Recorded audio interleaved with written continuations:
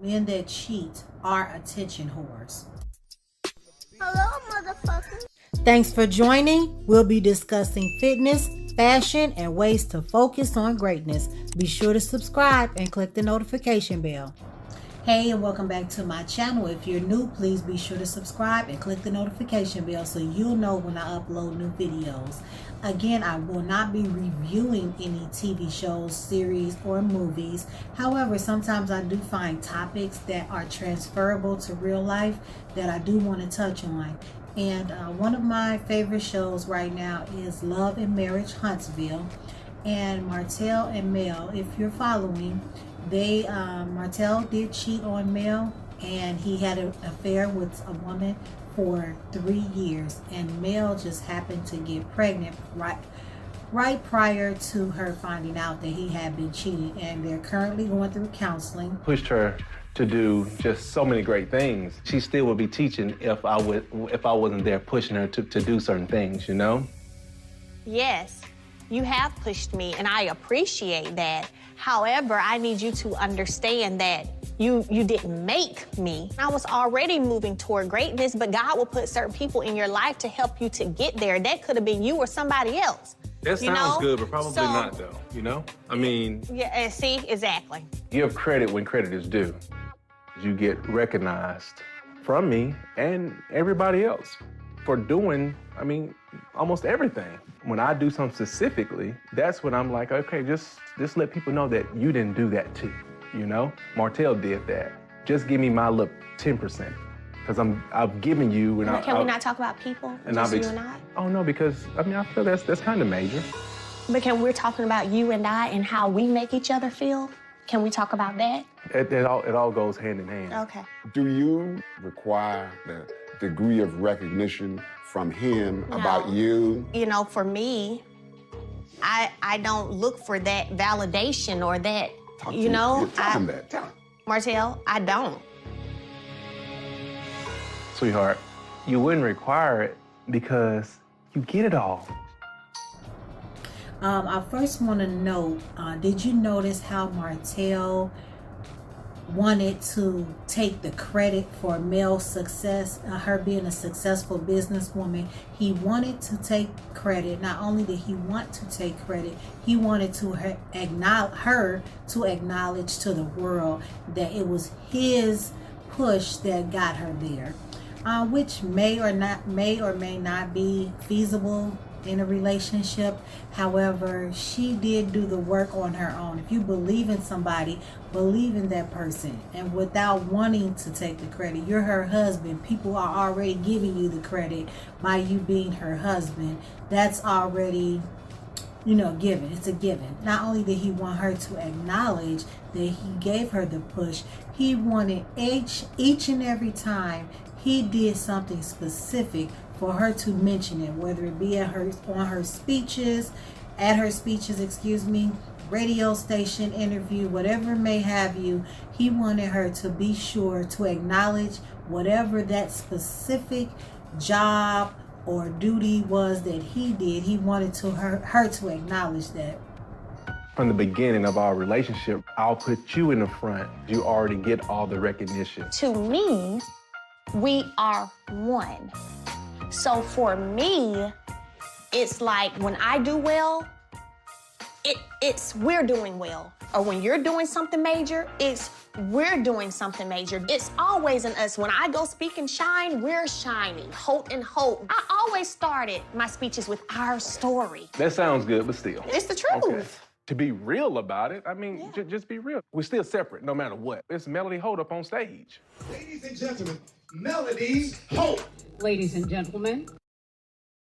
What I'm going to do is allow you all to have a Q&A with Mel. I actually have a skincare product line that I'm launching this month. I'm very excited about that. I've been working on that for a while. Presented to Melody Holt in appreciation and recognition of your unselfish time and service. What I find is, like I've always stated with men that do cheat, it's an insecurity, and he's showing that insecurity again by wanting validation constantly.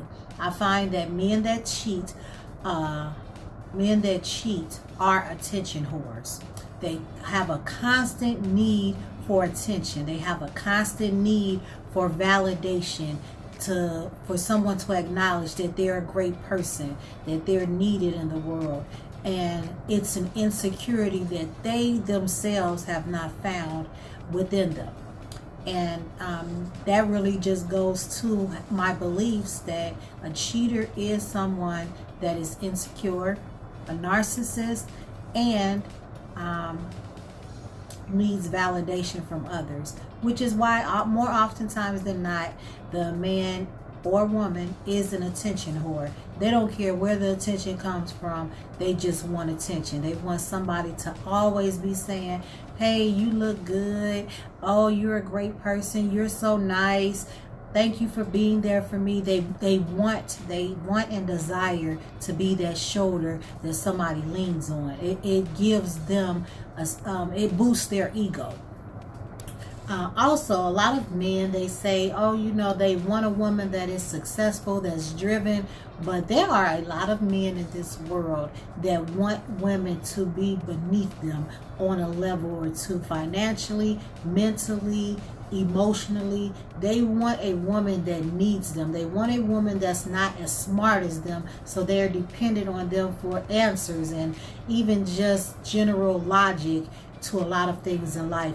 There's a lot of men that feed on that. And just a personal story of mine, I was with a man that was honestly jealous of me and my role in life, my job, my popularity. He was honestly jealous of me, and I thought I was doing the right thing by being a good wife and pulling back on my dreams, on my goals, and things that I wanted to reach for. I pulled back because it was making him uneasy. And you know, any young women that are listening to me, don't ever do that in life. Never hold back from your dreams or your goals. It's okay to be selfish when you know there's no malice in your heart and you know that it's for the betterment of your family.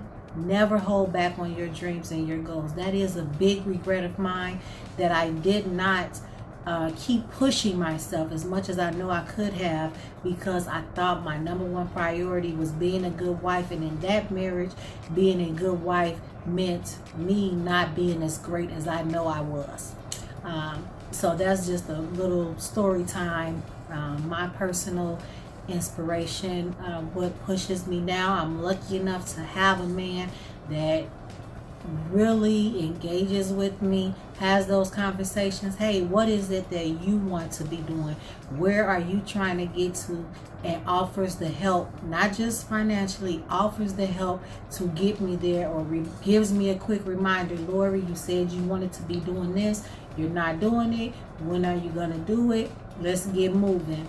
And you know, it really means a lot to me, more than anything. Like, I've had men that are financially secure, made sure I didn't have to really struggle with finances, and I didn't really mean anything. I didn't really matter. You know, it was just, I'm not saying you can't have both, because I feel like I do now, but I've had men where there was thousands of dollars at my disposal at any given time, but I was treated like garbage. I never mattered to that person.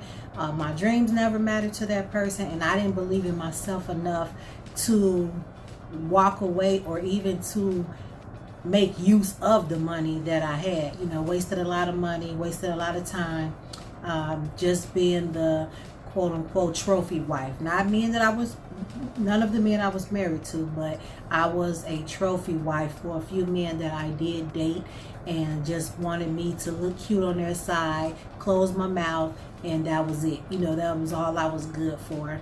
And I didn't value myself enough because of past relationships, that I know I was worth more.